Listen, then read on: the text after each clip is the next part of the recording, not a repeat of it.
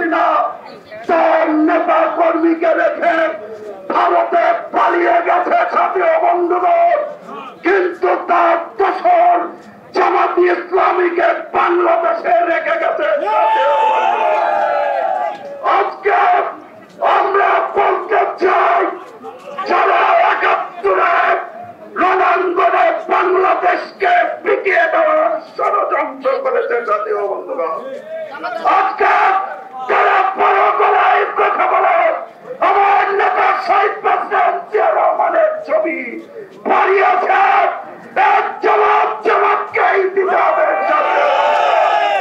নির্বাচনকে বানচাল করার জন্য বিভিন্ন অজুহাতে তারা দেশে অস্থিতিশীল পরিবেশের সৃষ্টি করছে।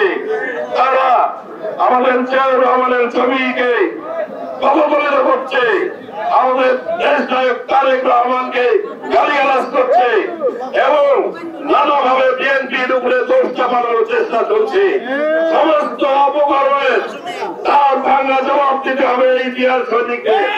শিয়া বাটার ও ভিটামিন ই সমৃদ্ধ লিলি হালাল বিউটি সোপ, তারুণ্যময় উজ্জ্বল ত্বকের জন্য।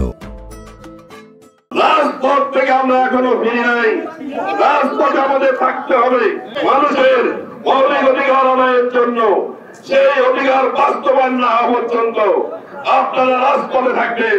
আমাদের আরো আন্দোলন করতে হবে, আরো সংগ্রাম করতে হবে। আমরা কামিয়াব না হওয়া পর্যন্ত ঘরে ফিরব না এবং ফ্যাসিস্ট সহ যত কুলাঙ্গার বিএনপির বিরুদ্ধে অপপ্রচারে লিপ্ত হচ্ছে তাদের কর্মকাণ্ডের দাঁত ভাঙা জবাব দিয়ে আমাদের স্বাধীনতা অর্জন করে আমরা ইনশাআল্লাহ সামনে আমাদের জাতীয় সংসদ নির্বাচন, সেই নির্বাচনের জন্য আপনারা কাজ করবেন। সেই ধানের শীষের প্রতীক নিয়ে আসবে, তার জন্য জীবন বাজি রেখে তাকে আমাদের এমপি করতে হবে।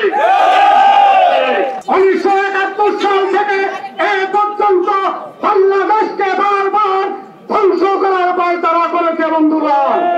আমরা